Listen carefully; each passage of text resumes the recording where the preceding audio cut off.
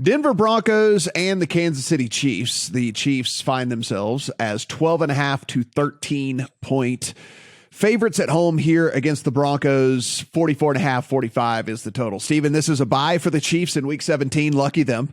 Broncos, of course, as we know, fired Nathaniel Hackett and the interim coach is coming in and firing guys and stuff. I mean, it's like, what in the world? Like, you have a job for 2 weeks and you're firing guys and everything.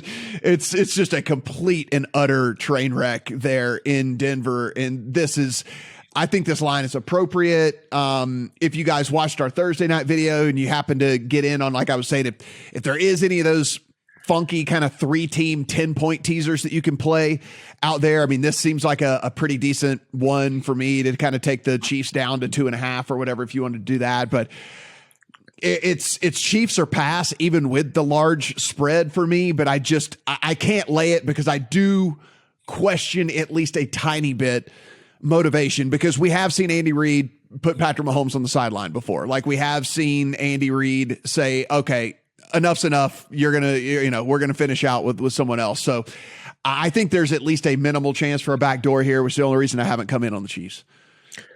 I'm trying to put myself in the shoes of a sharp bettor who's dropping like 6 figures on some of these games throughout the season, and betting on the Denver Broncos in this game, because this was 13.5, Matt. Yeah. And now it's down to 12.5. And I know that's a big spread in the NFL, and most of these sharp bettors are looking long-term, measuring their success over a course of a season, as every bettor should.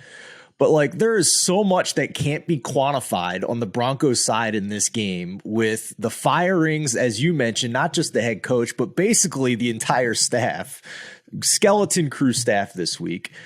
The entire team and offensive line hating the quarterback's guts for a laundry list of reasons. How can any of that be put into the numbers this week, where you would be attracted to backing the Broncos here at 13.5? That's beyond me, but we'll see, I guess. So it's never Denver for me this week, especially now that the number's worse. And it's never Kansas City to me at this number either, because it's just such a huge spread in Kansas City. You know, I know they covered last week against Seattle, but Seattle had a ton of opportunities to cover a big number. Kansas City hasn't been a team that you want to back to cover big spreads here, not just this year, but multiple years. So the only angle I have for you, Matt, that I'm curious about is a non-traditional teaser leg now that gets this under 7, because now that it's at 12.5, we can get minus 6.5.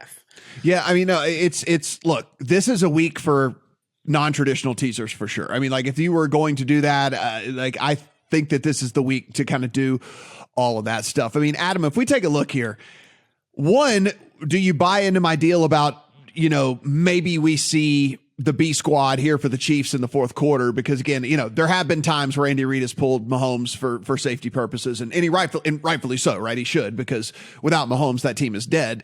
That being said, there's also the narrative angle, however, because Mahomes is now currently the MVP favorite, and there is there enough motivation for Reid to leave him in and let him keep his foot on the gas and do whatever to kind of solidify the MVP this week, to where if he does want to sit him next week, I mean, there is narrative street here. And guys, if you think that coaches and players don't have these conversations, you're sort of mistaken. I do a show for Visa, and Mike Pritchard, former first rounder, comes on the show, and I ask him, like, do these conversations happen? He's like, oh, hell yeah, these conversations happen. Like, yeah, you got a bonus if you get 2 more catches or something, or you get a bonus for 1 more touchdown, or you're in the running for some sort of something. Like, hell yeah, this stuff, yeah, these conversations happen. So, there's that as well. Adam, how are you kind of viewing this Broncos Chiefs sitting 12.5?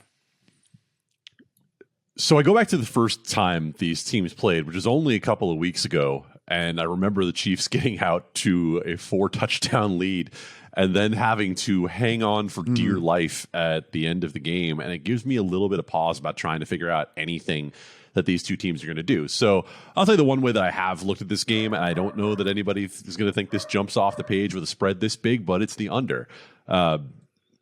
If you go last half of the season, so weeks 8 to 16, filtered out the EPA for garbage time, the Kansas City Chiefs are 5th in the league in EPA per play on defense. right now, which is not at all the way that we have looked at the Kansas City Chiefs defense over the course of the season. And I think we're going to get a little skewed looking at the Broncos defense in a game that was let's say Mike Pritchard and his teammates got together in the locker room against the Rams last week and said, guys, we can't do any more Hackett.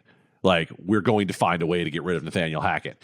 I'm being a little hyperbolic here, but we're going to look at that Broncos defense and think that they gave up 50 to the Rams and think, oh, that's it. They're done for the year. This and that. I don't know if they're necessarily done for the year. This is a team defensively that has been one of the best in the league all year. And after the Chiefs ran out big on Denver early in that game, they allowed a grand total of 7 points in the second half. So I don't think it's beyond the Denver Broncos to help keep this thing under 45. And if the Kansas City Chiefs are playing defense, then that certainly could lead to that as well. So that's the only way in for me. I'm not going to try to handicap whether or not Andy Reid's going to keep the starters in, but the one way I can at least factor it in is if I look at an under and think maybe Mahomes doesn't play the fourth quarter, et cetera. Yeah, I think it's unders for me from a prop standpoint, from a Chiefs deal as well. I mean, there is that. There is more narrative stuff going on. Not that, I think probably only matters to the person himself, but Travis Kelce is tied with Devontae Adams for most